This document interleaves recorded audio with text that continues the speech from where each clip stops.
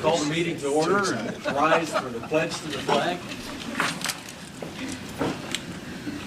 I pledge allegiance to the flag of the United States of America and to the republic for which it stands, one nation, under God, indivisible, with liberty and justice for all.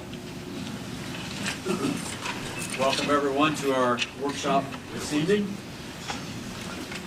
First item of business will be approval of the minutes. As far as council goes, we have to approve the minutes of our executive session on November the 5th. So moved. Second.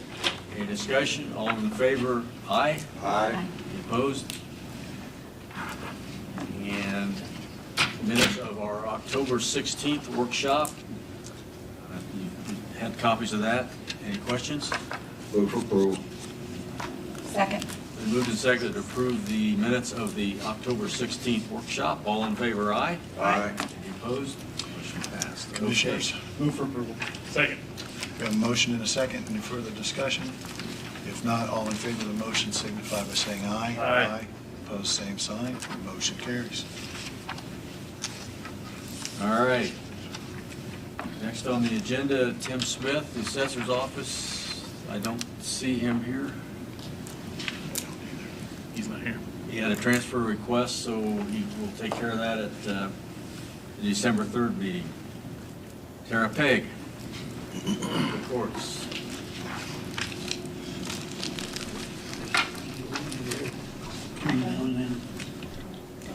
Hello.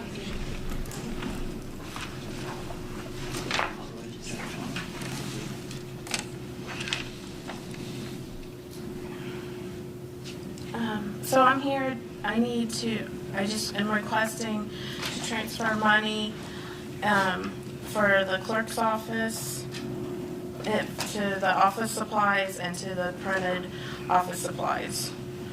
So I'm requesting to transfer from Fund 11040 and 33050 to 22110 to 22120. I'm just, to help with the office supplies and the printing supplies, just to cover us for the last month, because we need some more supplies for child support and stuff. And our envelopes, it's for our envelopes and our checks. So for the amounts, is that as requested? Yes, and I requested 5,000 for office supplies, but I'm gonna lower that to 1,000. 1,000? Yeah, I thought you were going to. I think that will suggest help. that. And then the printed supplies to 1,000. Okay, so it would be 1,000 from each of those two Yeah. line items. Any questions of Tara? Do we have a motion to approve the transfer of the two requests? So moved. Second. Any discussion? All in favor, aye. Aye. Motion passed. Or any opposed? Motion passed. Now you have a couple other requests. Yes, for the election side, I'm requesting to transfer money from 3368 and put it in 33200 for a contractor professional, $110.56. And then transfer to line item 33230, the traveling, lodging, and meals, 600. And why I'm requesting that line is for the election conference in December, taking the election board and the supervisor, in case they need expenses, meal expenses. Any questions of Tara? Do we have a motion on those two line item requests? So moved. Second. Any other discussion? All in favor, aye. Aye. Any opposed? Motion passes. Anything else, Tara? While Tara's up there, if I could, Max, she requested a transfer or a payment of $10,000 for her postage. The way this works, the commissioners have the postage in our budget to cover the clerk and the offices here in this building, and we make payments to the postage meter, and she's requesting $10,000. We do not have $10,000 left in our postage budget. Bobby, help me, we're at 7,500, or is it 2,500? That's left in the postage, 2,500. So we need another $7,500 if we're able to do this. We don't have a particular place to transfer from.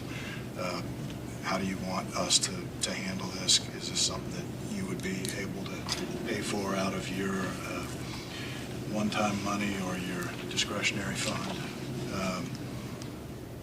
My first question would be, does the clerk have any line items that would have funds that could be transferred to handle that?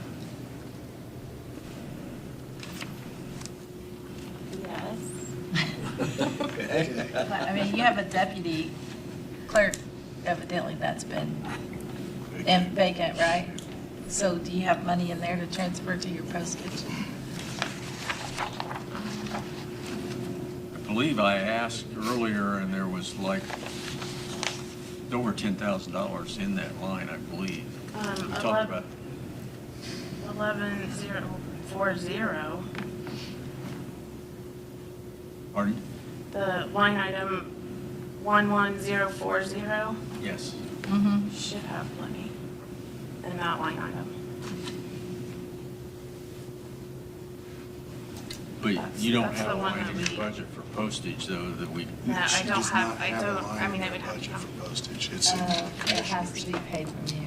Well, We were it talking doesn't about have to be. Maybe we should move ours or Yeah. some of create them. one next for year. her and we need one on our, but let her take care of the.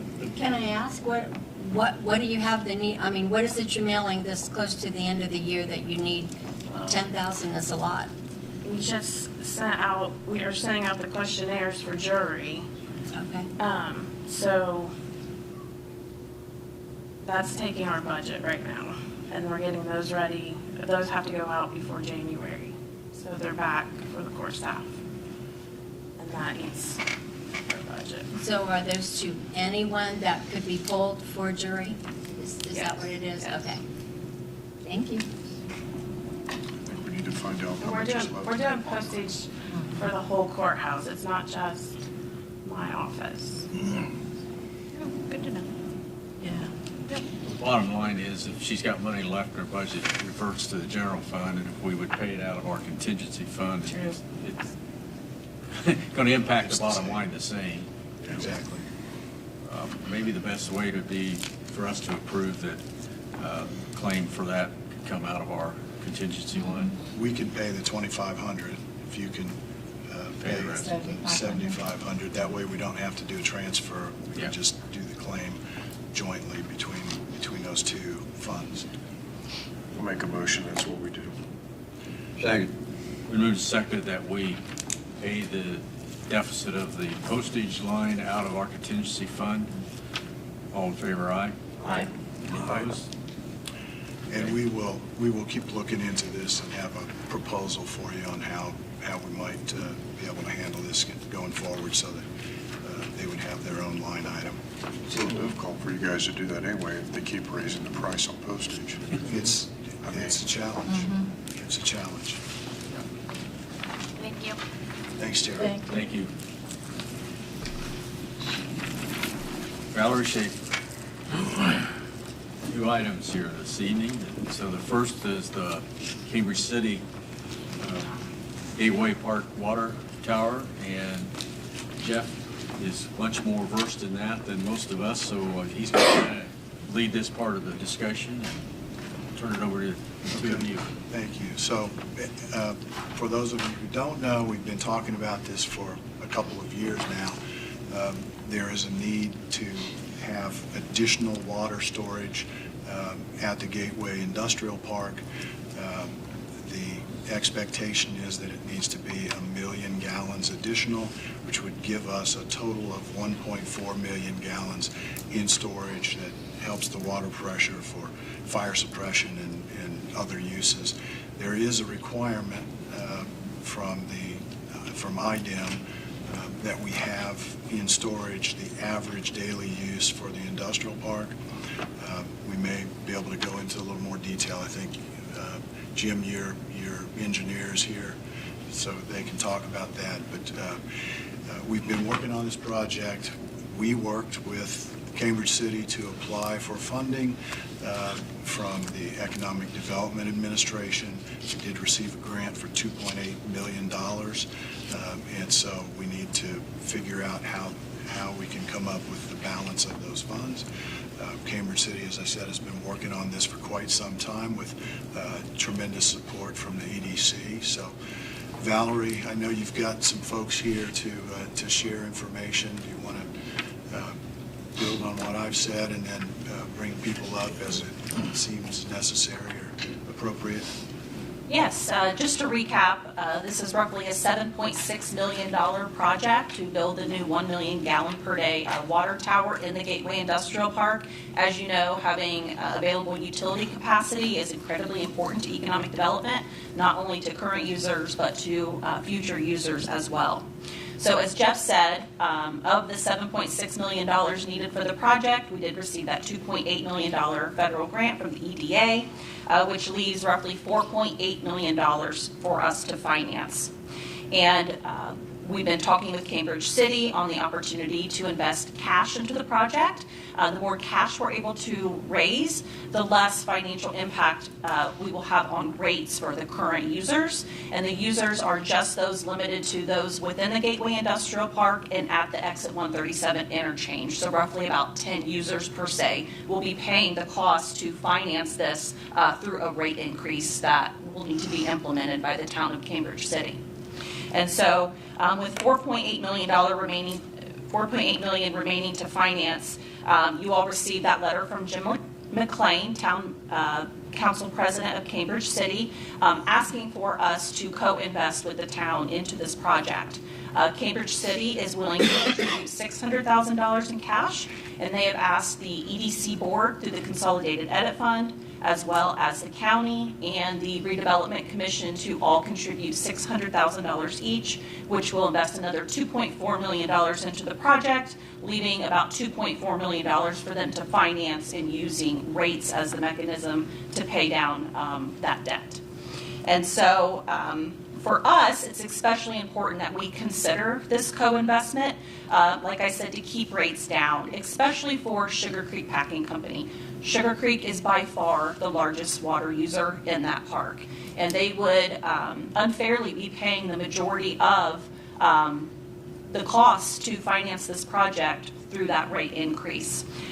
Cambridge City has invested millions of dollars in Sugar Creek has invested millions of dollars, and right now they employ 600 full-time employees at the plant there, with potential for expansion in the pipeline. I have with me Ron Holbrook from Sugar Creek today, so if you guys have any questions for him, he's available. But Jeff alluded to the fact that there are technicalities in terms of why we have to have the in-air water storage. So we do have with us Annie with Wessler. So Annie, would you mind coming up and kind of talking a little bit about the technical aspect of that?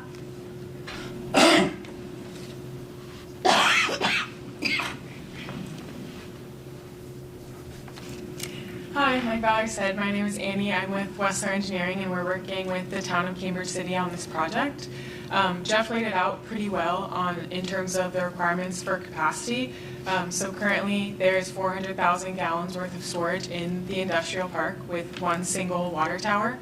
And the current average day in the industrial park is around 777,000 gallons per day, or 0.7 million gallons per day. And IDEM does require that you have an average day worth of storage in the air, so in an elevated storage tank.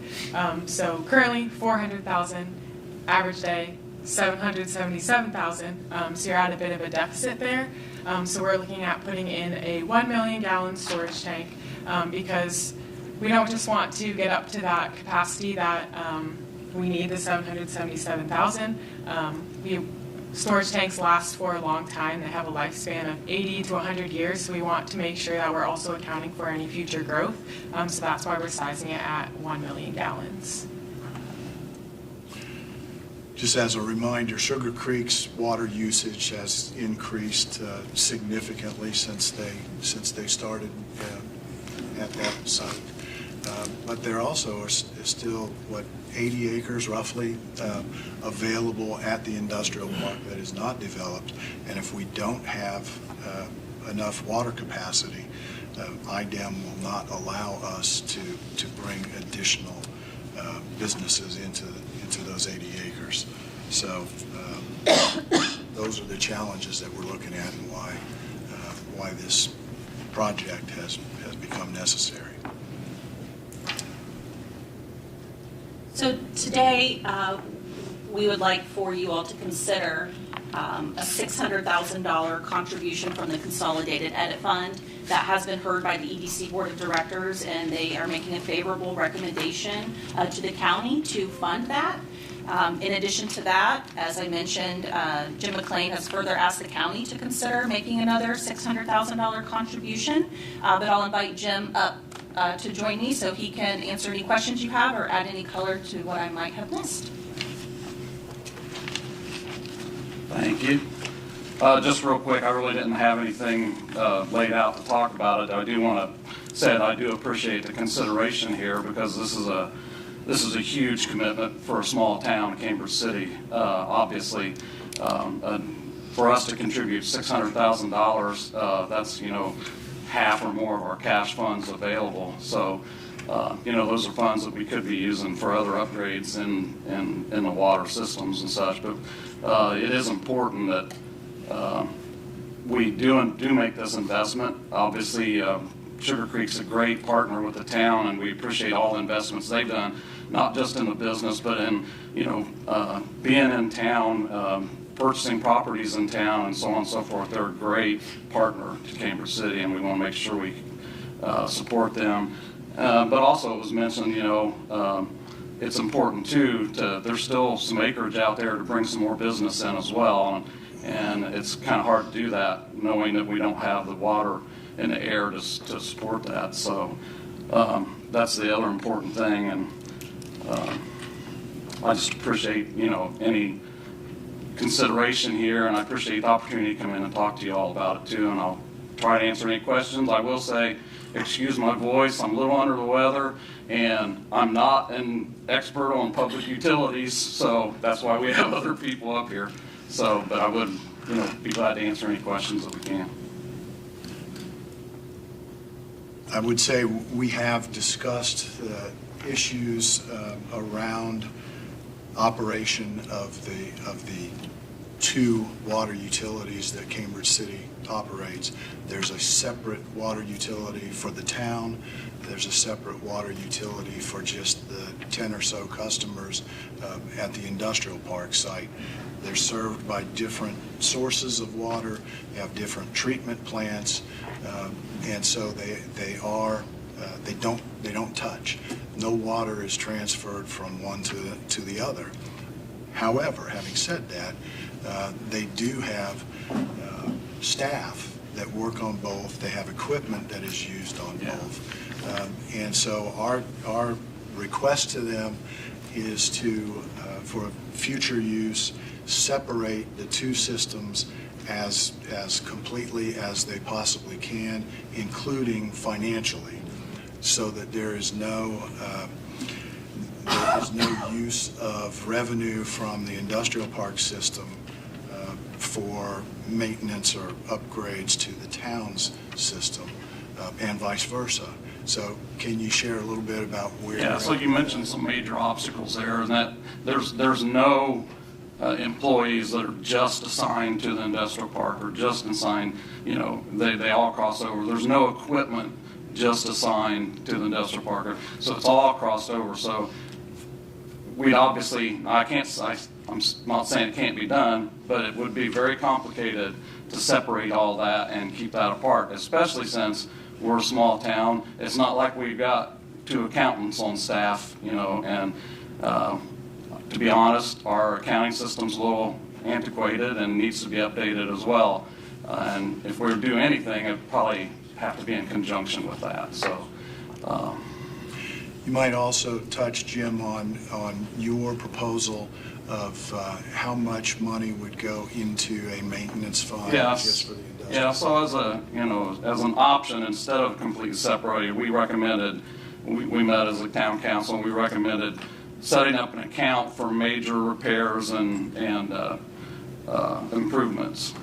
And what we would do is put $10,000 a month into that account, and that would carry over year to year, and that money be there available for any major improvements or repairs that need to be done. Now, day-to-day stuff will still come out of the normal water fund, so we'd only use that for the major.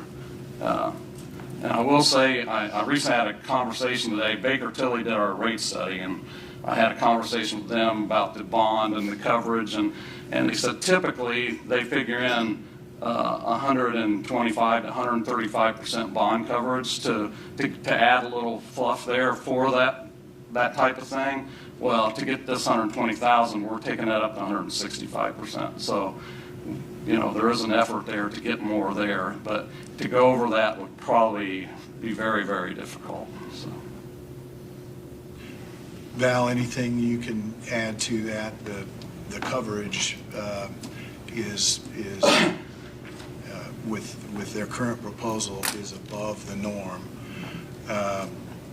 You already said that Sugar Creek is the largest user by pretty significant margin. So it would logically follow that if we increase that coverage for maintenance, that Sugar Creek would bear the burden of paying those additional rates, the higher rate.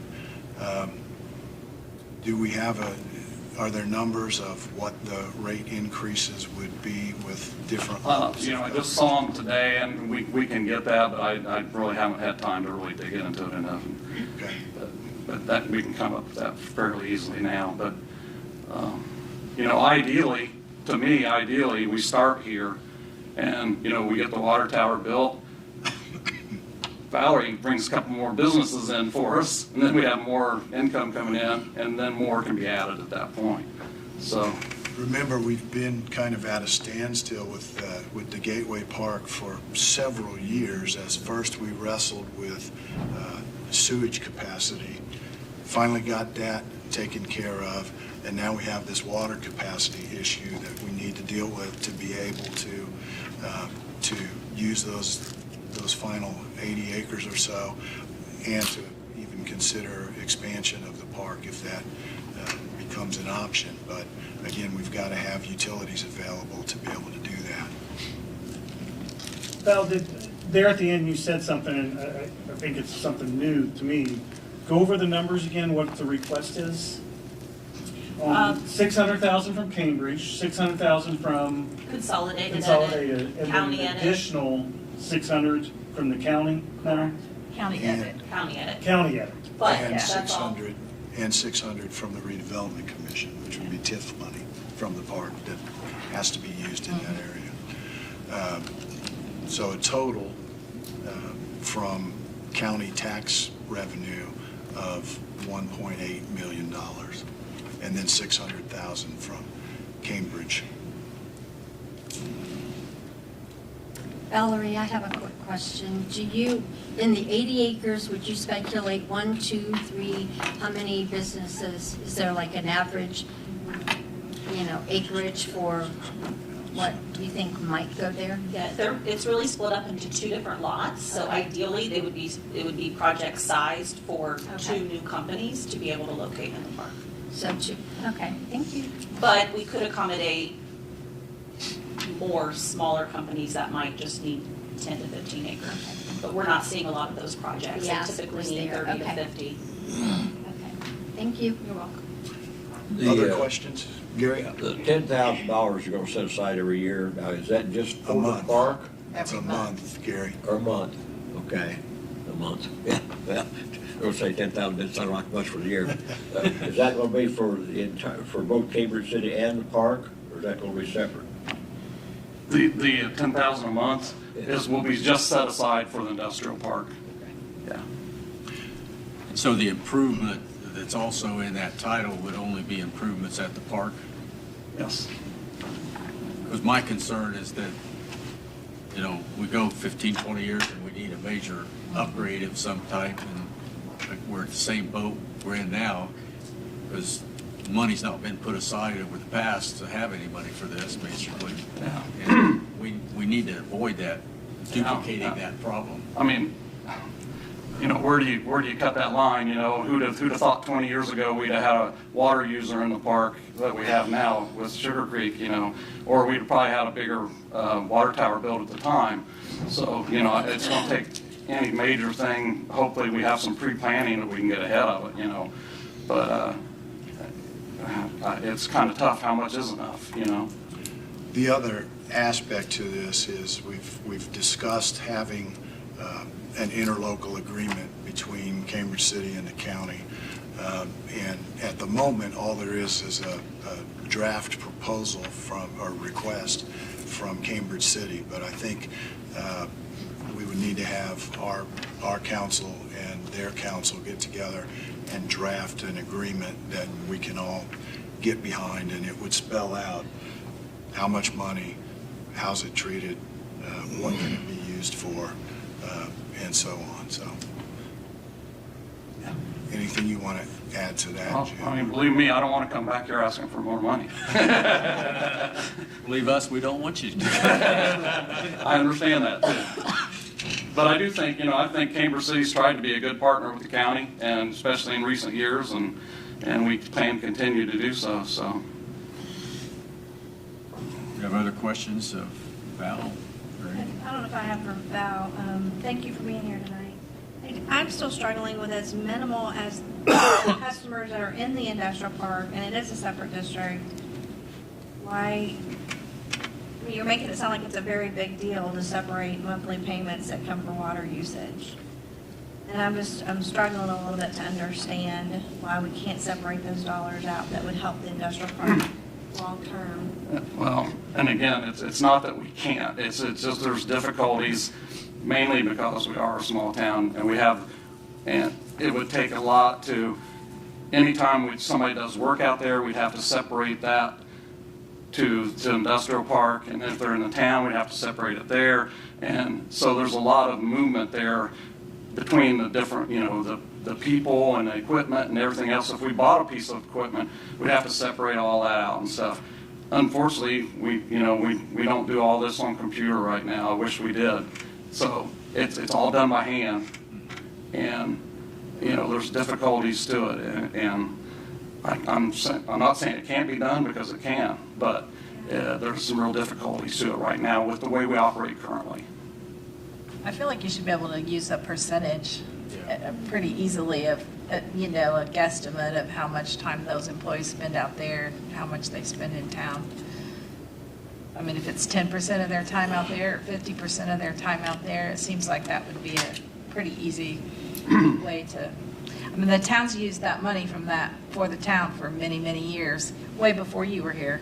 But, I mean, the county made that park and gave that to the town, and the town has used that money and not kept discretionary funds back for a long time. So I would think that maybe that request could just be Is there a way that met.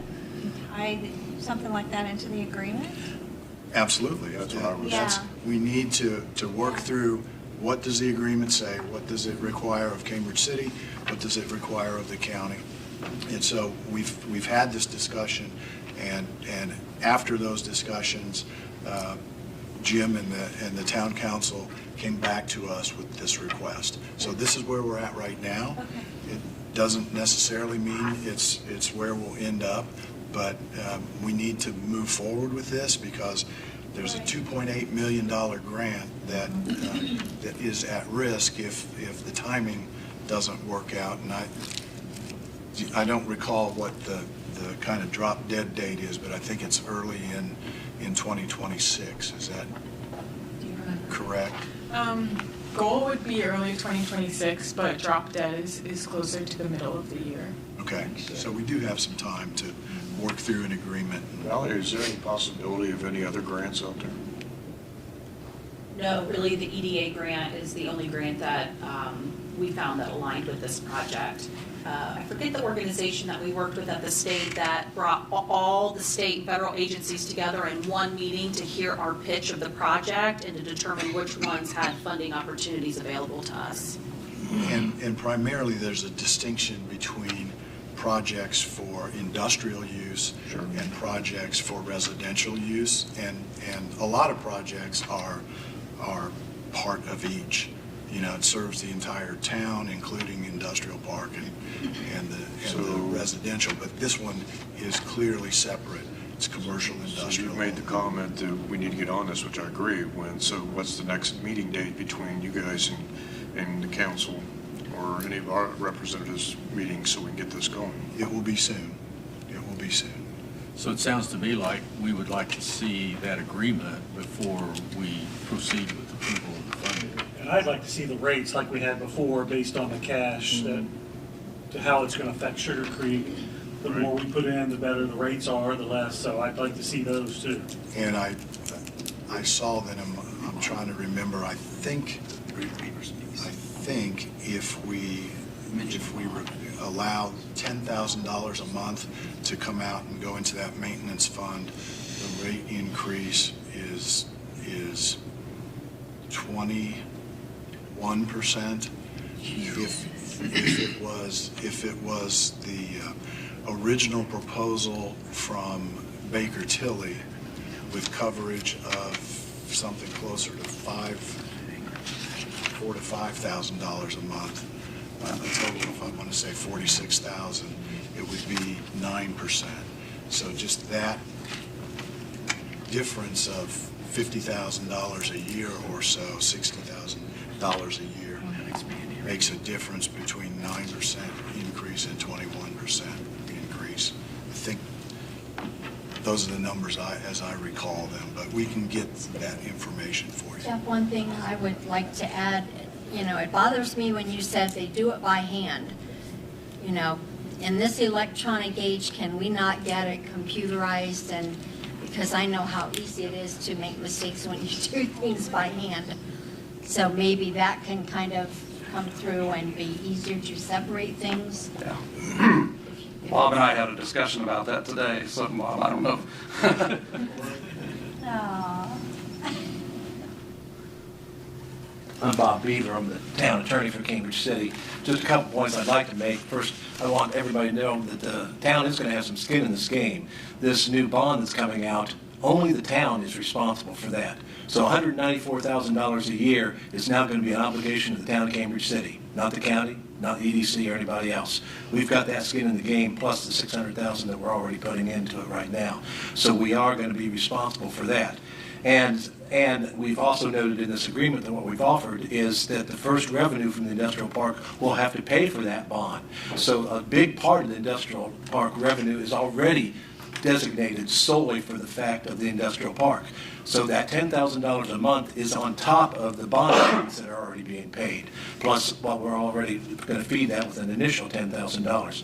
Also remember that the responsibility for maintenance in the industrial park, regardless of what fund it's in, is the town of Cambridge City. So we're not stupid. We're going to be responsible for any repairs that are necessary out there, regardless of what fund it's coming from. So I think all this talk is maybe a little unnecessary about, well, you've got to separate them into two different funds. We're responsible for all the expenses, whether it's in the town, whether it's in the industrial park or not. And so I'm not sure why the burden needs to be placed on the town to say that you have to separate everything when we can still be responsible for all the costs for our town people and for the industrial park. I have to tell you that there's even a difference of opinion in some of the council people in Cambridge City that says, what is the town getting out of this new water tower? You know, you don't want any of the money from that to be going to the town people.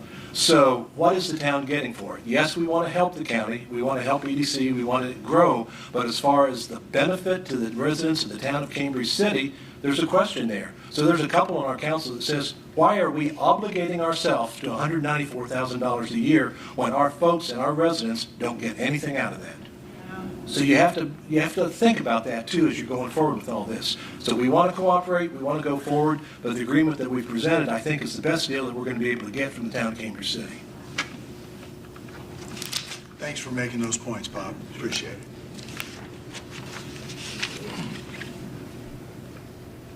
So it sounds to me like your point, we need to get this agreement hammered out and clear up the figures.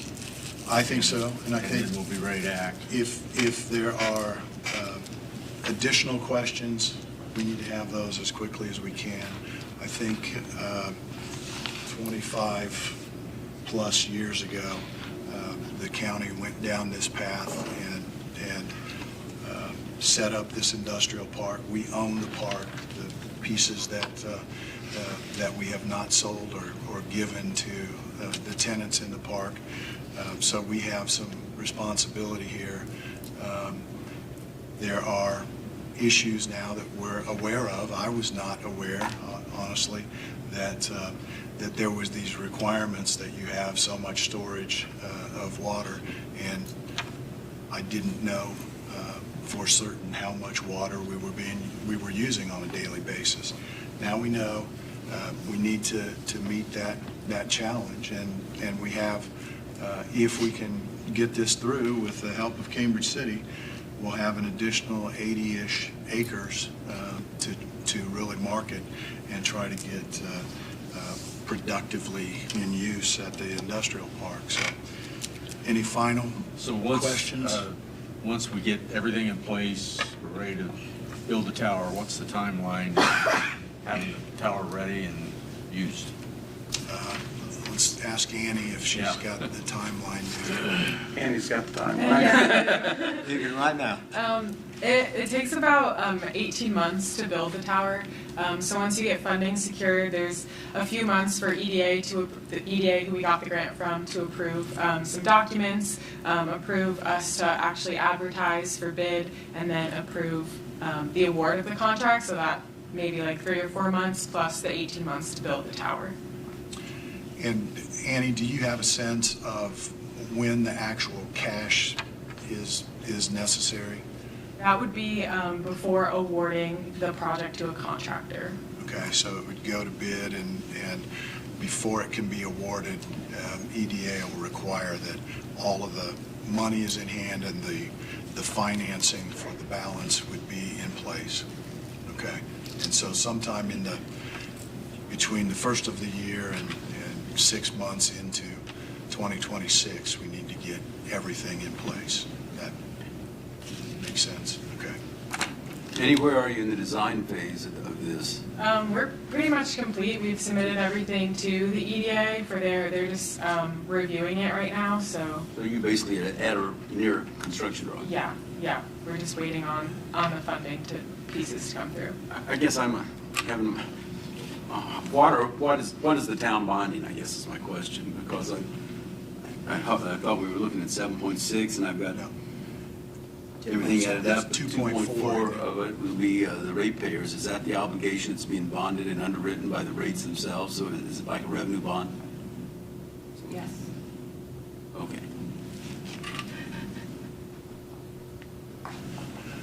Other questions? I probably should ask Ron. I don't have any questions, but I do want to just take a moment and think. I mean, when I hear people don't understand why the industrial park and what the businesses are helpful to Cambridge City, I want to take a moment, because if the businesses are listening, I want to make sure they understand we appreciate what they do and the people they employ. Absolutely. And how that does serve some businesses in the community. So I'm hopeful that Cambridge City can see the impact that the businesses do make. And not only the businesses in the community, but the residents who work in the industrial park. I will say that Bob was talking about, there are some people on the council that feel this way, but not all of them. And I think they do understand, the jobs that are there and how they benefit the town, but I think there is a concern that it's a lot of debt to take on. and if there's a huge risk there for the town. So. And before Ron goes, I will say, I'd be happy to answer anybody's questions outside of here. If they can get my number from Valerie or Jeff, I guarantee you they have my number. And I'd be glad to answer any of your questions. Thank you. Appreciate you.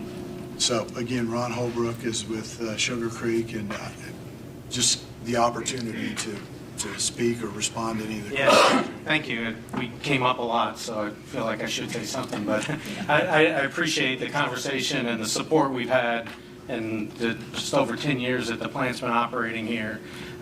We try hard to be a good corporate citizen. We want to continue to do so.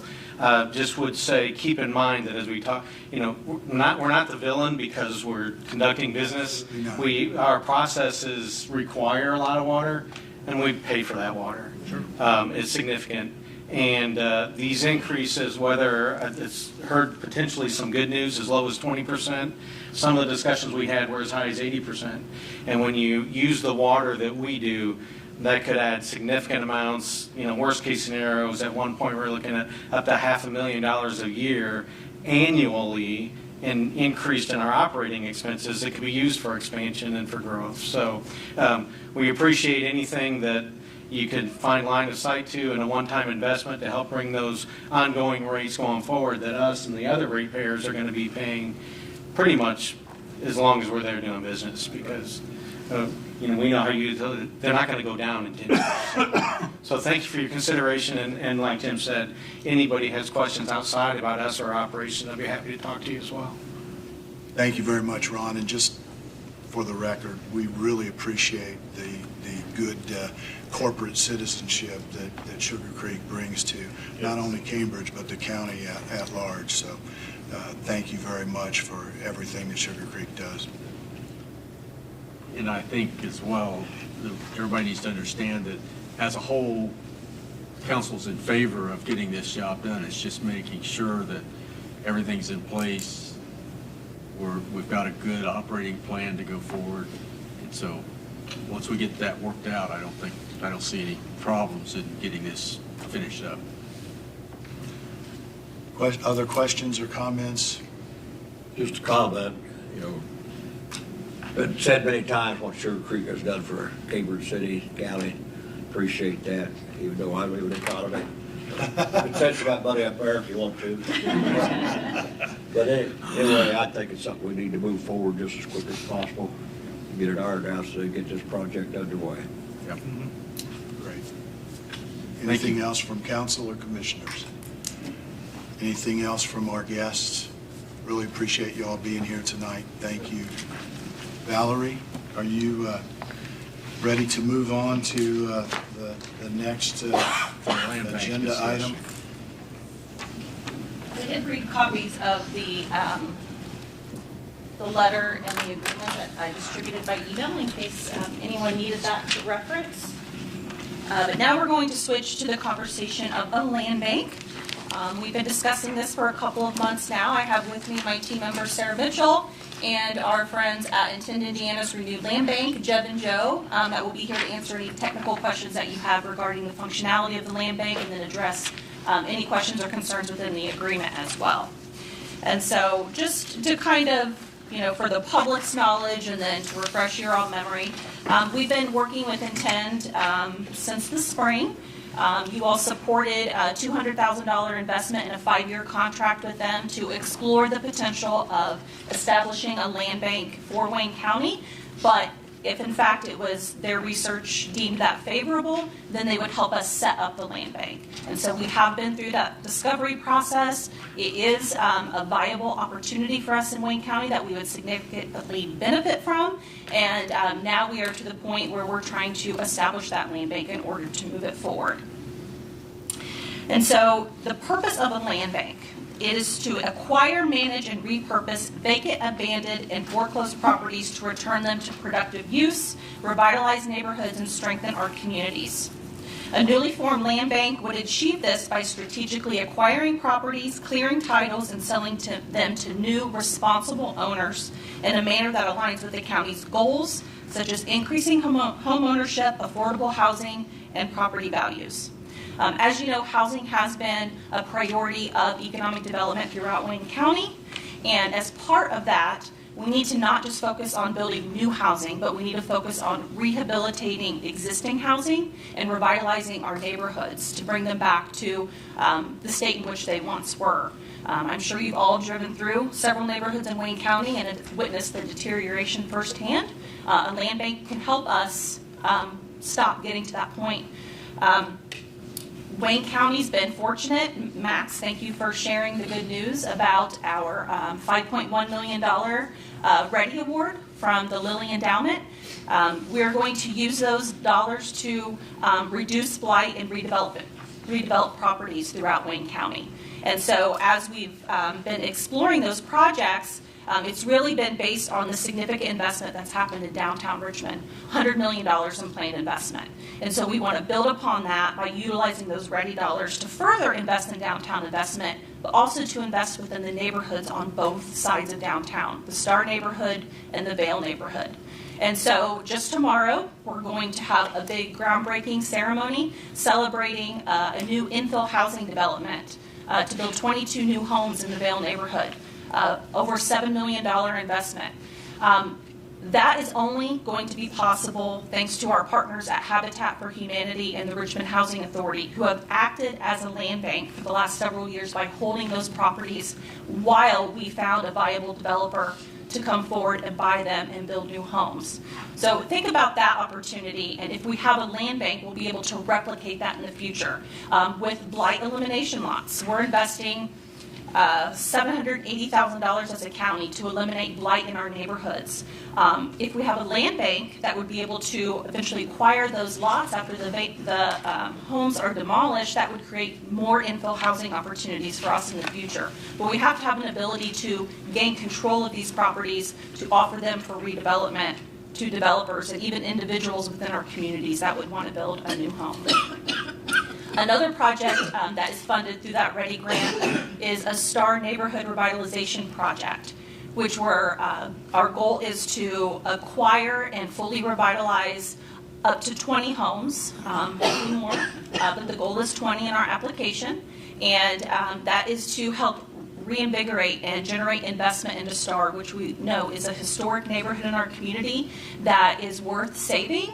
And we see the land bank as an avenue to immediately help us kickstart that project, because we're going to have an entity to acquire and hold those properties so we can find developers to then buy them from the land bank to revitalize them. So almost $1 million in READY funding has been awarded for that project, and the land bank will be a pivotal part in us being able to move that forward. So I know I've had several conversations with many of you about a land bank and how it would benefit us.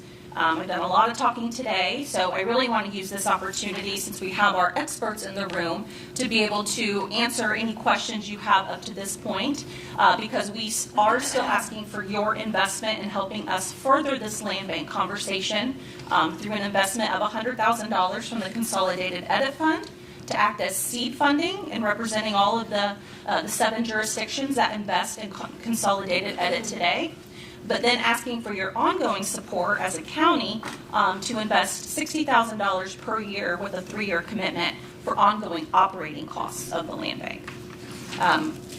Jim McClain left, but Cambridge City and the City of Richmond, they have both committed to being partners in this as well, with the City of Richmond matching the county's $60,000 contribution and Cambridge City allocating $5,000 per year for the next 3 years. Am I reading this right, though? The city's only committed to 1 year. The funding's allocated for 1 year, but they will have to sign this 3-year agreement, just as we would ask the county to sign as well. So they would have to find the funds each of the 2 years thereafter.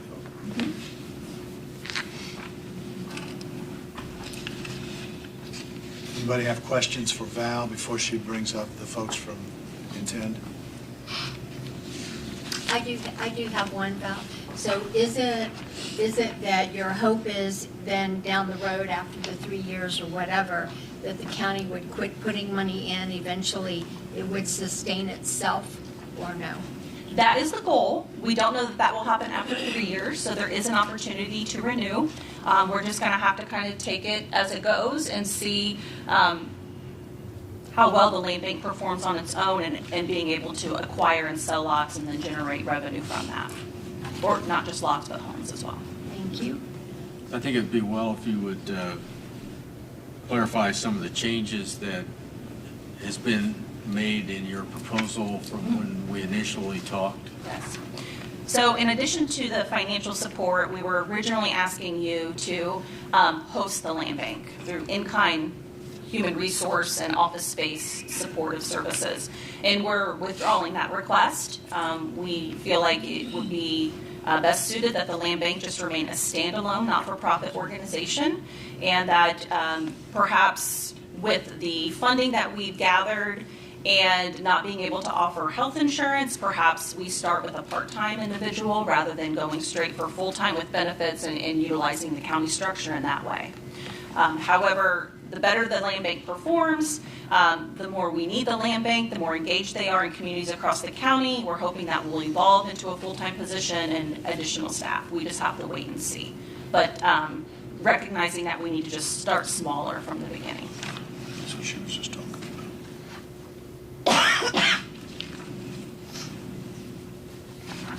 So you have some other points there, your folks to speak before we proceed on?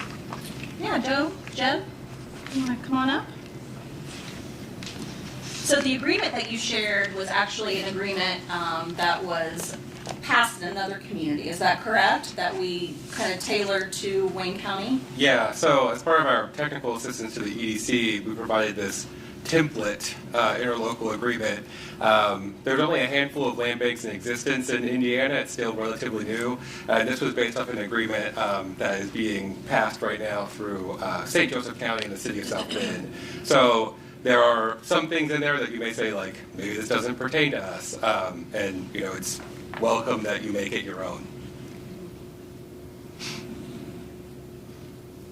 Well, if you could help me a little bit, I've just gotten into the statute a bit.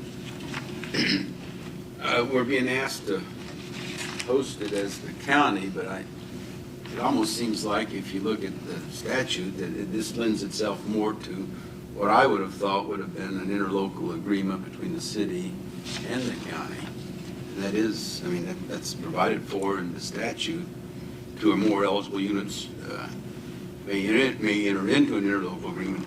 Just from looking at what we see in our tax sales, it appears that a vast majority of the targeted, if you will, special properties are probably going to be in the city of Richmond. And that's what history's telling us. I don't know if there's a reticence on anybody's part, or if they've even been approached about being a, if you will, and maybe you can help me. What's the difference between our being the primary host and being party to an interlocal agreement? I think your reference was to St. Joseph and South Bend. Is that what they have? They have interlocal? Yeah, so this would be an interlocal agreement between the city of Richmond, Wayne County, and then now also Cambridge City, and then also any other small town that may want to opt in as the land bank existed. And in terms of like what we found like in the study, like yes, the bulk of those properties were in Richmond. We found that of the 25 properties, 23 of them were in the city of Richmond. Obviously clustered near around downtown. But as you all know, there are plenty of other abandoned interior properties that did not go to the tax sale or have been to the tax sale in previous years, and definitely more that will come next year that will go unsold. So the land bank provides sort of that structured off-ramp for those properties to each year see their way out. The land bank can also privately acquire properties, like strategically, like what Valerie was mentioning with the STAR project. And the land bank can also kind of provide additional teeth to code enforcement procedures. So the city of Richmond's code enforcement, as well as the way that the towns do code enforcement, could kind of be that like final step of like, to the owner, you either have to fix up your property or this is the off-road for you to give it up. So it's really just trying to create that lasting solution to the property. Now, correct me if I'm wrong, once it goes into the land bank, they are still tax exempt, or are they on the tax roll at that point? So they would be tax exempt to the land bank because the land bank would be incorporated as a nonprofit. But the goal and incentive of the land bank is to sell these properties with a project agreement attached to the title. So the land bank would vet these buyers, they would make sure the buyers had a plan, that they had money to do what they say they were going to do, and that they would do it within a set time frame. So typically 2 to 3 years is probably an ideal time. And if they don't do that, the land bank will impose an additional sort of requirement where they can take the property back and it will go back into the land bank and the process begins again. Now, do you typically target individuals to make improvements to these properties or investors? So we've seen like a mix of both in Indianapolis, Evansville, places where there are active land banks today. Sometimes it's somebody buying a property, they're fixing it themselves, and their family's going to live there. Sometimes it's local developers that are just getting started. They're doing like their first flip. Sometimes it is like larger housing developers that start to move into an area. But for the most part, and I guess what's probably great about the land bank is that it can ensure that that person is like a vetted entity that's in good standing with the county. So you can kind of weed out any bad actor, out-of-state investors that you may not want here. And you guys do the vetting on this, or how does that vetting go? So that would be something that would be adopted by the land bank's board once it was established. So that board would be made up of representatives, appointed by the county, the town of Cambridge, the city of Richmond, and the staff person, so the part-time person, and then for the first 4 years, support of us, we would be helping through that process each month. So if the county were to sell a property through a sale, whether it's a deed sale or a certificate sale or what have you, it goes to the high bidder. And we don't have the opportunity to develop those criteria that you must fix the roof within 3 months or those kinds of things. The land bank would be able to put those stipulations on the sale and make sure that those improvements are made, or take the property back and try again with another buyer. Is that exactly what you're saying? Okay. So would this replace our deed sale, or are we saying that we would transfer all and not give the general public an opportunity to buy? No, I don't think we're saying that. We're saying that would be one vehicle, and we might go through a list now of properties that are available and determine which ones we want to try to sell, which ones we would give to the land bank. Now, there have been some changes to the law, I think, recently, or at least attempts to change the law, that would allow the land bank to kind of have first option to acquire some of the properties if they did not sell. Yeah, so that's not the law of the land right now, but as a best practice, typically in places where land banks really work, like outside of Indiana, like Michigan, Pennsylvania, Ohio, after the treasurer's tax sale, those essentially are the properties that the private market has rejected. And so the counties give the land bank sort of the first glean at those properties to kind of pull off which ones they want before it heads to the deed sale. But that is not the current law in Indiana, right? It's been attempted, it's been proposed a couple of times, but it hasn't been approved by the legislature. But it would be consistent with what we try to do now, and usually the only entity we have that even usually approaches us is the city of Richmond. Right. So between, we're sitting with a certificate of purchase, and then if we know that we're going to go ahead and do a deed sale, we get the deed. But if we're led to believe that there may be interest in acquiring that property directly when the city had its blight elimination grants, that was workable. So it sounds to me like instead of waiting for the city to determine whether they have that interest, this would be where the land bank would step in, and we would be in a position to consider. Yes, and I think, our organization also does real estate development, and from a development standpoint, it creates a much more predictable process for a real estate developer that may be interested in acquiring these properties, so that Valerie can go out and workshop additional deals like what's going on in Vail and Star and things like that. And the land bank can be a really helpful tool in making that happen. This Other is not the only questions? tool, though. I noticed one of the tweaks that I saw in here was the payment back to the land bank on sold property for the first 3 years with incremental tax revenue. I'm assuming that most of these developers are going to also want some kind of tax incentivizing. I don't know what's available out there, but in addition to that, The incentive would be to buy it at affordable cost from the land bank. not an abatement issue or anything of that nature at this point. No, there's currently no residential tax abatements available. So to follow up on his question, do we have the authority to take it's like a TIF district as far as the excess or the increased value, take the tax from that to put in, do we have the authority to do that? Can you speak to? Yeah, so we believe that the county does have the authority to do that.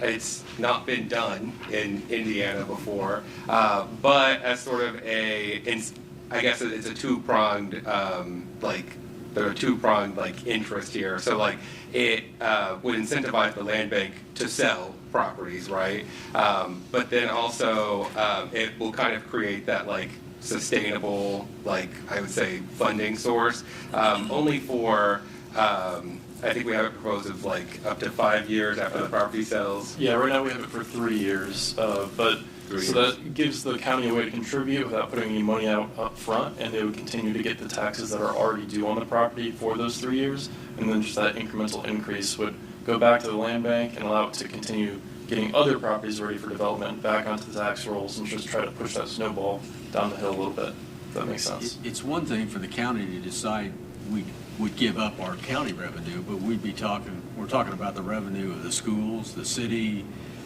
the library, you name it.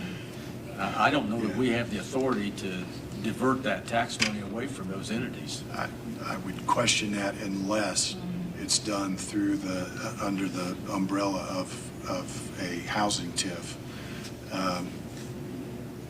We certainly would have the authority, the ability to provide money to the land bank on an ongoing basis, and it could be based on that formula, but it wouldn't necessarily be carving out the actual taxes that are paid on that house.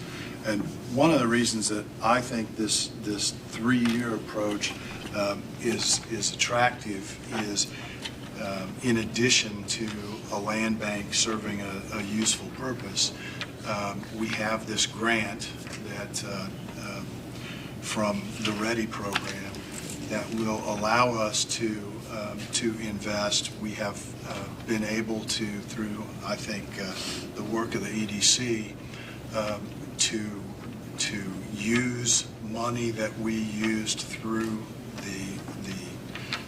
the HELP program in both downtown redevelopment, the blight remediation program, and those dollars are able to serve as the lion's share of the match for this $5.1 million grant, a piece of which is going to be used for the Star District project, which the land bank, if we end up going in this direction, would manage.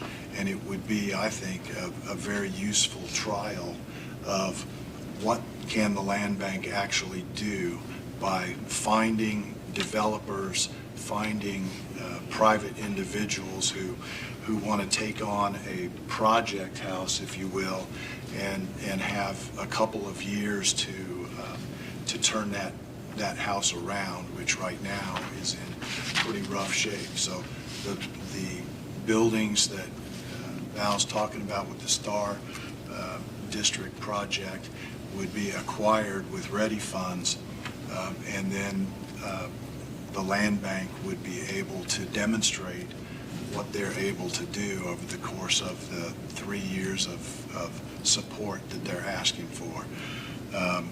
It's a concept that we really haven't thought about much in the past. There are very few places in Indiana that do it. In 10 is certainly one of those, and they're in a dramatically different market than Wayne County. And so I think there are some open questions, but I think it's worth taking a hard look at to see if this might be a vehicle that helps redevelop properties in Wayne County that are currently just a blight and headed on a path to demolition. In some cases, they've already been demolished, and is there a way to reuse that vacant lot, like with the Vale project, where they're going to be building 20-plus new homes on vacant lots where the home had to be demolished because it was so far gone. So I think, again, some of the devil is in the details. Ron referred to the county sponsoring this, and I think we've moved away from that in draft number 2, where there will be a new entity formed, a not-for-profit. The county's sponsorship, if you will, would be limited essentially to that $60,000 request if we agree to provide that over the course of 3 years, so $180,000 in total. And then in this draft, there were written in some additional transfers of money, including that, what Max was talking about, the increase in property taxes paid by that house as it's been redeveloped. So I think all of those, if I read this correctly, all of those are negotiable items. You know, what will we agree to do in order to give this a 3-year trial? The minimum perhaps being a annual contribution, whether it's 60,000 or some other number. But we also need to be cognizant that if it's going to be a fair trial, they have to have enough resources to be able to have a chance at being successful.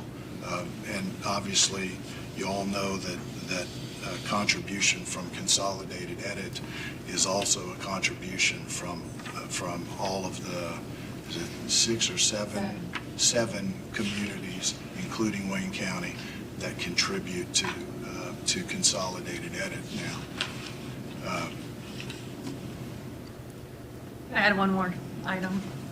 As a part of Richmond's contribution, they're also offering $160,000 that will be for a redevelopment and revitalization strategy that will be overseen by the Sagamore Institute, where we'll look at more than just revitalizing properties. We're looking at crime, we're looking at infrastructure, we're looking at other ways socioeconomically to improve these areas. We know that won't happen from just redevelopment, but that is really one of the first key steps to moving these things forward.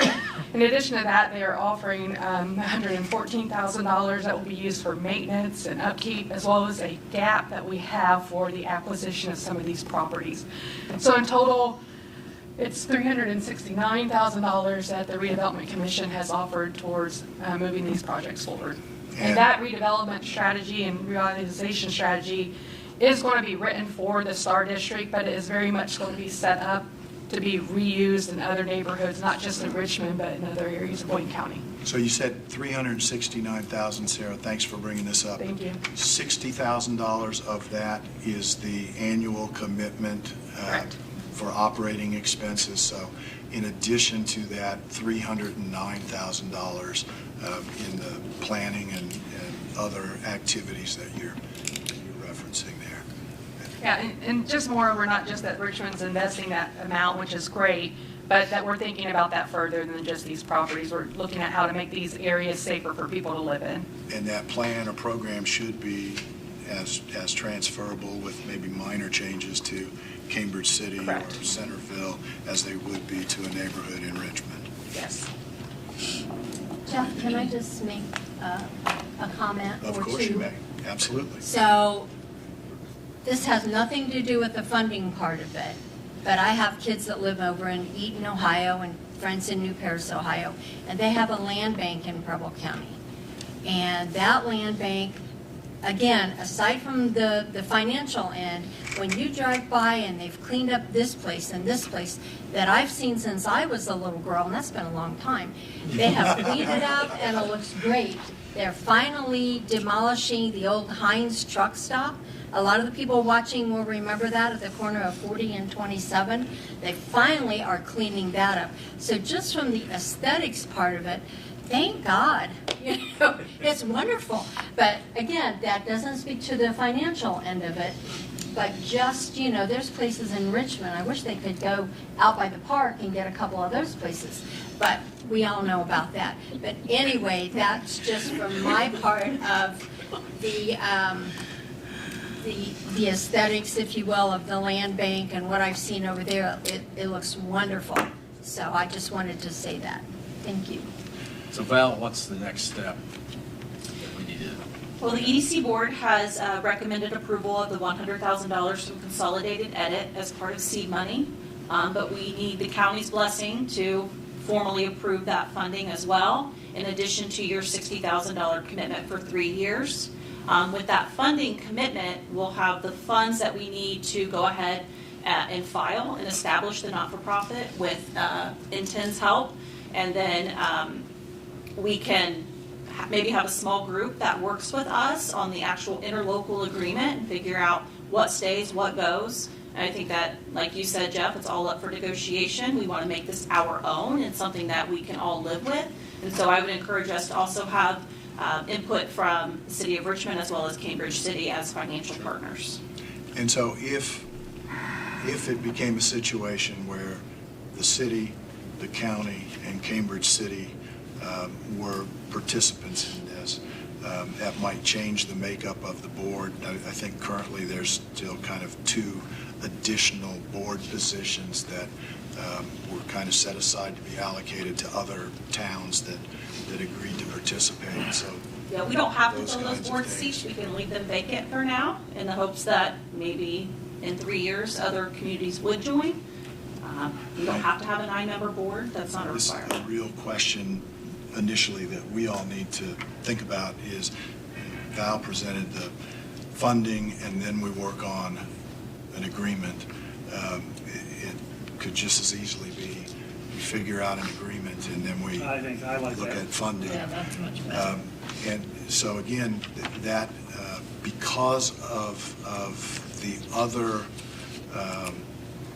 other wheels that are turning here, the grant from READY and funding from the Redevelopment Commission, we need to be able to pull this together sooner than later. So if we go this route of an agreement and then we look at funding, I think we need to commit to doing that as quickly as we can.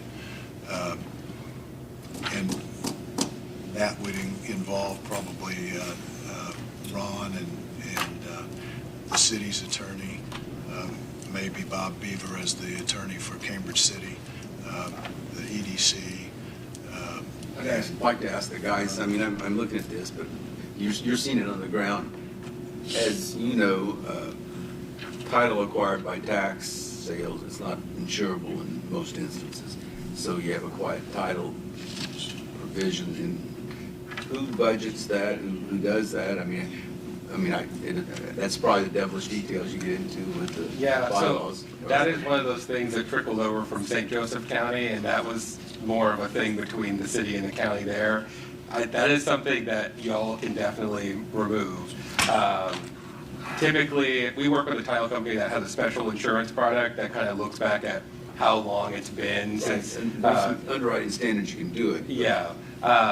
And so typically the land bank will take on the time and money of doing quiet title. So it's typically like their responsibility, but South Bend wanted to be different, so. But that's basically going to be part of the budget of the land bank. Yes, yeah. I had some comments from Ron and myself on this agreement that I thought I sent last night. Found out late today that I hadn't, and I forwarded that to you and the council. So that's kind of a start on some of our concerns on this agreement. So it sounds to me like we're ready to work on getting this agreement before we allocate the funds. And the sooner we get that done, the better would be for everyone. So do you want to leave it up to the attorneys to then work with Intend on that, or do we want I think representatives we from? want to have I think representatives. we Council should have a commissioners? small Yes. group Yeah. to help work with that. So a commissioner and a council person from the county working together with a team. I think your background. I agree. I was thinking the same thing. I guess I just got thrown. I'm happy to nominate you. I'd be glad to. This is real estate is my forte, so. So who from our side would want to be a part of that? Christie said she would.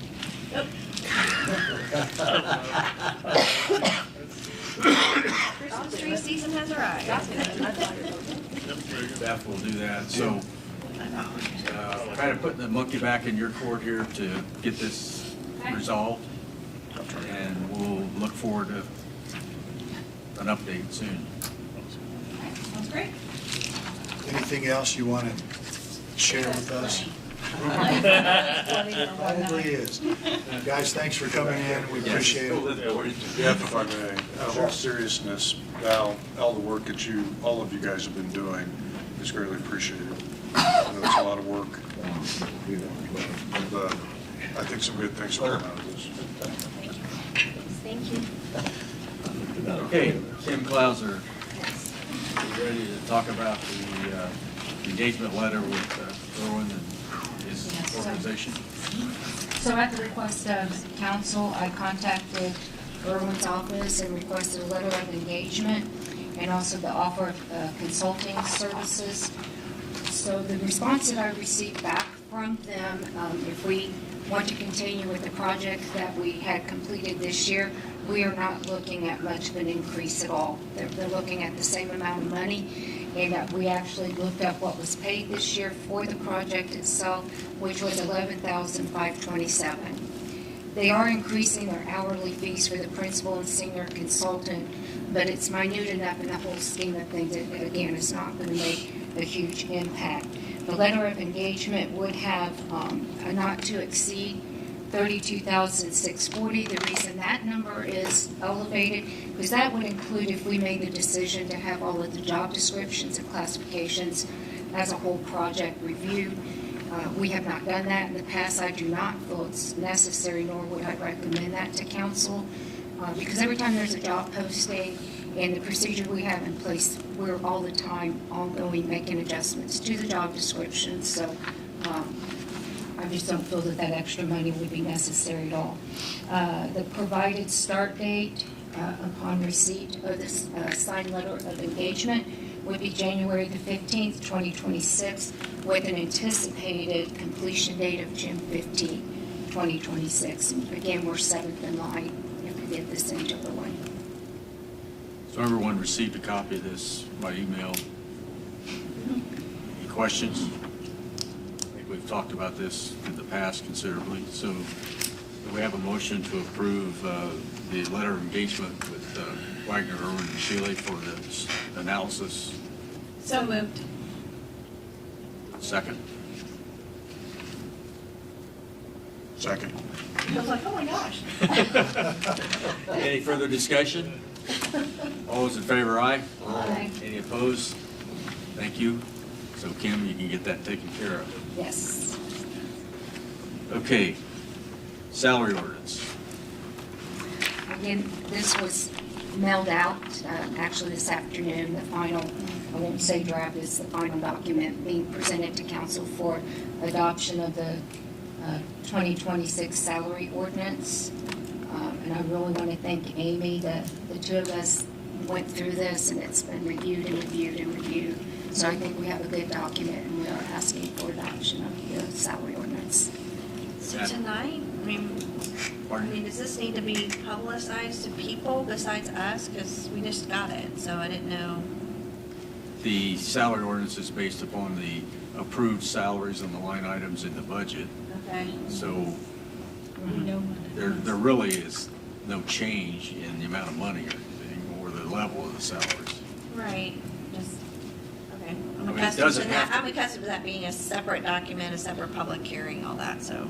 But the salaries ultimately are based upon the salary ordinance, not the Right. budget. But if the budget doesn't have ample funds there, cannot pay the salaries that's in the salary ordinance. So, The salary ordinance goes along with the compensation survey or one more that had everybody classified. So it's just, transferring those numbers over to the salary ordinance. so this does not have to be approved today, but it's been ready for a while, and that's why we're bringing it up tonight. I just got it today, so I just like to review it. Wanna But wait? y'all can take a vote. You can vote. It's up to council. I will say this, we're a little bit under the timeline. If you wanted to wait till December, that's fine.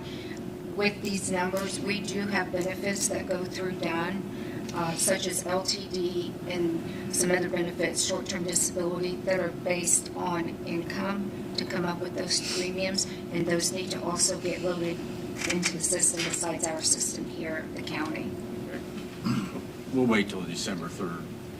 So also you received the ordinance dealing with the longevity, and we can wait till December 3rd on that as well, but it's exactly the same as what we passed last year, other than changing the dates. And but that needs to be done before the end of the year in order to be effective for those that would receive this that are elected office holders. How would public get access to this information? Is it out online before our meeting tonight? If people wanted to see it, how are our documentations publicized for the public? Good question. Okay. Other than coming in and asking for it, it's available here. So all It's of not, our- these type things are not published as a document. Would they be available before we pass it? Yes. Would be? Well, as a draft. As a draft, only. Right. It's not a, Just from a transparent thing, I just feel like we probably need to do a better job at some of the stuff we do to be more transparent for people. Just a suggestion moving forward. if anybody's interested, they can get a copy of either of these documents at the office. I will say that on the Irwin report that came in with the exact numbers we have on the salary ordinance, that was not available to the public for public request until council made a decision on it. And once that happened, council made a decision to accept that report. It was put on our internet portal, and it was made a public document, and I think I only received one request for that report. Thank you. So we will act on both of those at the December 3 meeting. That can be a part of the Personnel Committee agenda for that day. The next item is dealing with Form 1782 from DLGF. They have analyzed our budget as we posted on Gateway. As we thought, they have made some recommendations or requirements that we need to reduce some things to come in compliance with the expected revenue. We have a resolution in place to address those. The numbers were provided to all of you several days ago as to what those reductions would be. And the resolution just reflects that the general fund budget would be cut by $3,011,075 from the one-time line as we thought would be the case. Highway has a reduction that will be out of the bituminous. Part of that is due to more than what the revenue is. Mike did get some figures out of place when he was putting that together, and so that was found, and this is an expected decrease in his bituminous line. And the Coombe Bridge Fund, we knew that that was going to be some issues. We have a change, and Brandon may want to say something about the bridge on Waterfall Road will be postponed, which frees up some money. And maybe you could update us on that, Brandon?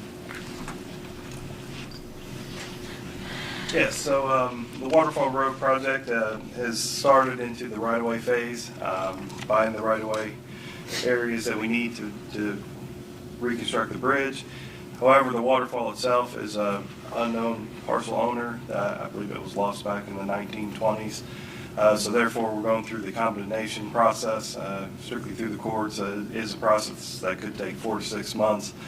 However, with letting in February or March of next year, we just don't have the time to get that completed and be right away clear before we bid the project out. So NDOT has recommended moving the project out to fiscal 29, which is July of 2028.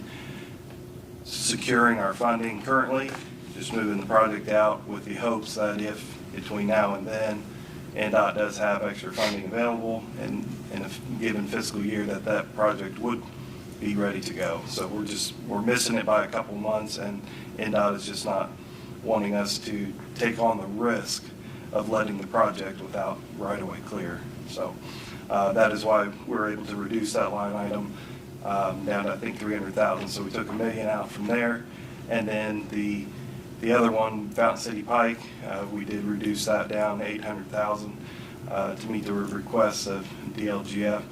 However, we will need to address that later next year when that project does go to letting. That was one of the ones that we were short. You know, my 2 years of talking about this, that was one of the projects that fell in that underfunded category. So those were the changes that we made to help out. What's the timeline on the Fountain City Bridge? Currently, it's slated for October of 26 to go to bid. So, discussion, questions on the resolution to notify DLGF of our desires of what lines to reduce. Have a motion to approve. So moved. Second. Been moved and seconded that we approve resolution number 25. Bobby, the number of that one? 2025-04. Thank you. Which would be the resolution directing DLGF as to how we wish to reduce the budget for 26 to meet their revenue projections. Any other questions? All in favor, aye? Aye. Any opposed? Motion passed. Mark, you're on the agenda. Do you have something you want to? I want to comment on the reductions that were made to 3 of the budget, 4 of the budgets. Back in August, I notified you of 3 other budgets that do not go to the state that are also don't have the funding to support that budget. The jury pay fee, $33,000. Clerk perpetuations, going to be $88,000. The 4D courts, $138,000. Those are just as important as the ones you just did. They're just not ones that the state really cares about. In the highway fund, back in the end of August, I estimated a negative or unfunded balance of $1,274,000. It ended up $1,138,000, pretty close. A lot happened after that. The bridge fund, I estimated $1,717,000. It ended up $1,708,000. The county general fund, I screwed up. And those are the ones that you took care of tonight. But the other 3 that need attention, that do not go to the state, are the 3 that I mentioned. The 4D court, clerk perpetuation, and a jury pay fee. So I don't know how you want to deal with those. I think you should give us some information in writing so that we know specifically what we're talking about, and we'll take that up at the next meeting. Okay, I notified you on September 12th of those funds. I can go through them again. I don't know quite how to, since it doesn't go to the state and it doesn't require state saying okay, I don't know how right now how to approach you about correcting those funds as well. So if you, I'd like to get with you and we'll Can talk. I intercede here? Can I volunteer to work on that with him? Because those are 3 funds that I worked on a couple of years ago. And some of those come from fees that come in from different, you know, crimes and whatever. You know, Jeff would know about some of those things. And then the 4D court also can get funds from the prosecutor and the clerk's 4D funds. So there might be some things we can look at there. So I will volunteer to. Thank you, Kathy. Thank you. All I ask, I will get with you, Mark. all I ask is that if we can Yes, keep in I will, touch, because because you 2 need of to talk those, to them. I'm their liaison, so, okay, thank you. I will do that. Yep. Thank you. Okay, we'll get that taken care of hopefully by the next meeting. Okay. Mr. Hickenbottom. The other item dropped. What? Jury pay fee. 8. Mark had something else. Oh, well, I gave him an opportunity. Oh, I'm sorry. That's okay, go No, ahead. no, no. Did you have something else you wanted to bring up, Mark? Did you have something They're else? saying you had another item on the agenda. You want It's to? listed on the agenda.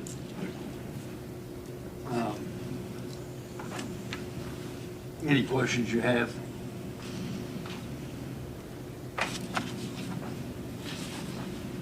About the stipend, Yes, not. is that it? Mr. Hickenbottom.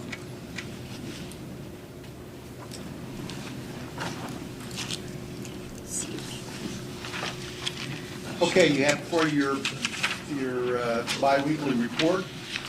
Indicate the first item there, the fairgrounds parking. We have started that project, and the highway department has began laying out the new drainage tile that will come down on the east side of this proposed lot. And we've also started cleaning out the detention pond so that it has a little more containment capacity.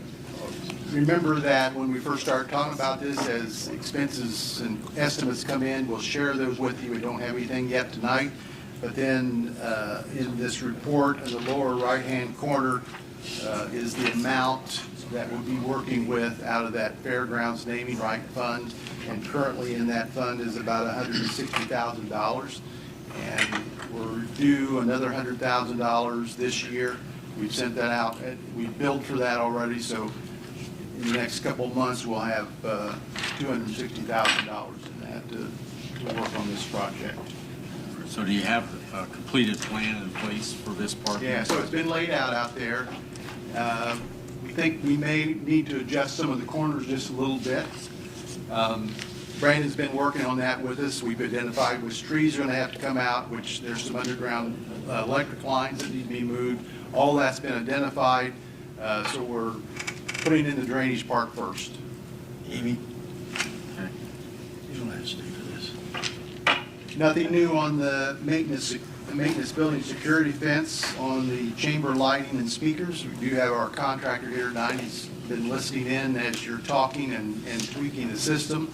He's scheduled to be here Friday to fix the lighting system that has an obsolete part in it, and so that'll be upgraded so that we can have controls over the lighting system, and that'll take place on Friday. The courthouse front entrance project, kind of at a standstill, waiting on some material to be delivered. The security bollards have been ordered; they're yet to be delivered. The fencing that goes around the transformers has yet to be delivered. The cap, the concrete cap that goes on the electric vault We're waiting on that to be delivered, so that's kind of holding up the progress for the landscaping on the north side of the annex.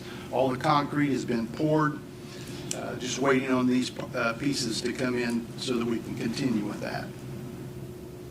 Courthouse elevator, remember we talked about that this will be rebid out next year, hopefully in the spring, late spring.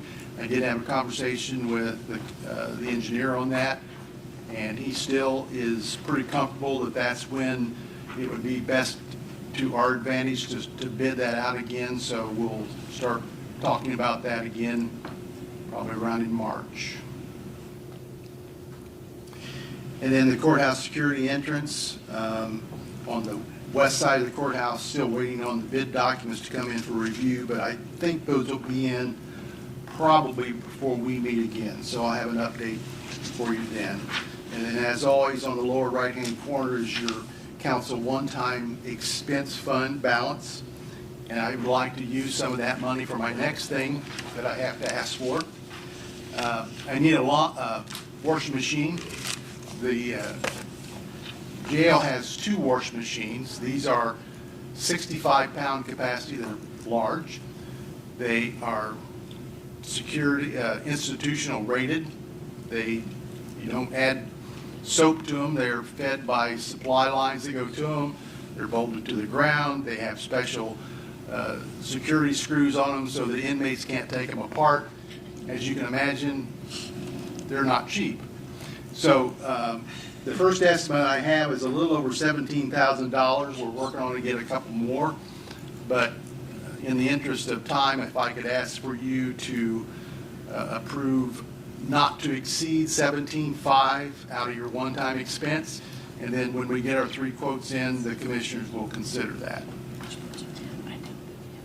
There are two currently, and these may be the original. I've been in this position since 2010, and I don't think we've replaced any of the washing machines then.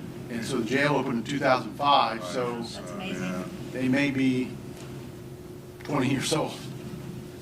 So can I take from your comments that I'm not supposed to cram 65 pounds of laundry into my washing machine? Oh, you shouldn't do that. Like you did. I was going to say, now he crams 5 pounds.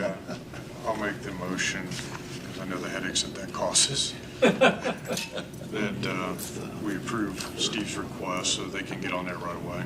Second.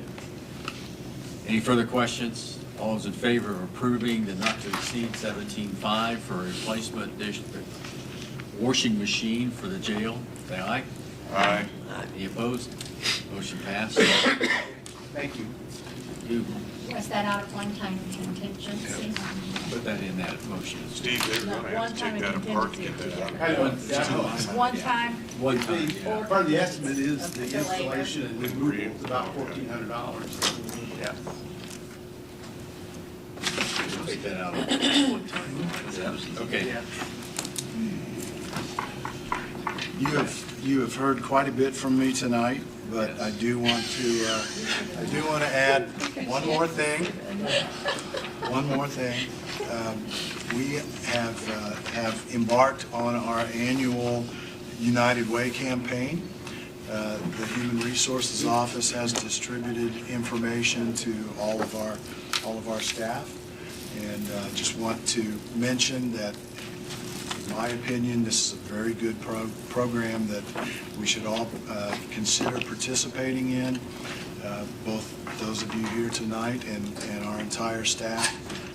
There are agencies across the county that are doing good work every day in the human services areas, and whatever you're able to give to this program, the United Way, one of the nice things about United Way is they do the research for you. They check on those programs. They talk to the people that run those programs. They make sure that those programs are providing dollar for dollar value of what we're able to do. And so you can very easily, with a clear conscience, be assured that these programs are going to provide a benefit to our citizens. So I will participate certainly this year. We have until, I think it's December the 1st. They're asking us to complete our pledge forms and get those back to Human Resources so they can get them to United Way. Payroll deduction is available through the county, so it's a relatively painless way to give back to our citizens and to provide some of these necessary services. So I would encourage all of you to give this consideration. And with that, I will say if you have any questions, I'm happy to answer them, but that's all I have for tonight. Max? I'm sure no one has any questions. No. Really? Does anyone have a question? If not, we accept a motion to adjourn So tonight's moved. meeting. The move and second to adjourn the meeting. All in favor, aye? Aye. Thank you. You're adjourned.